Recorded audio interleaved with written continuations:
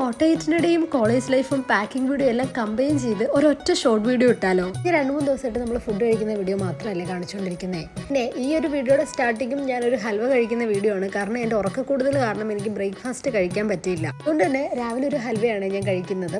അത് കഴിഞ്ഞ് പിന്നെ നമ്മൾ നേരെ കോളേജ് വന്നപ്പോൾ സാവിത്രി കൊടൈക്കനാലിലെ ട്രിപ്പൊക്കെ കഴിഞ്ഞ് വന്നിട്ട് ഈ ഒരു സാധനം കൊണ്ട് വന്നു. പിന്നെ ക്ലാസ്സിൻ്റെ ഇടയിൽ ഇരുന്ന് ഫുഡ് കഴിക്കുക അല്ലെങ്കിൽ ഇങ്ങനത്തെ സാധനങ്ങൾ കഴിക്കുക എന്ന് പറയുന്നത് നമ്മുടെ ക്ലാസ്സിൽ വളരെ നോർമലായിട്ട് നടക്കുന്ന ഒരു കാര്യമാണ്. പിന്നെ ഇന്നൊരു തിങ്കളാഴ്ച ആയതുകൊണ്ടും എല്ലാവരും വീട്ടിൽ നിന്നൊക്കെ വന്നതുകൊണ്ടും ഗൗരി നമുക്കൊരു സുഖിയനും കൂടെ കൊണ്ടുവന്നിട്ടുണ്ടായിരുന്നു.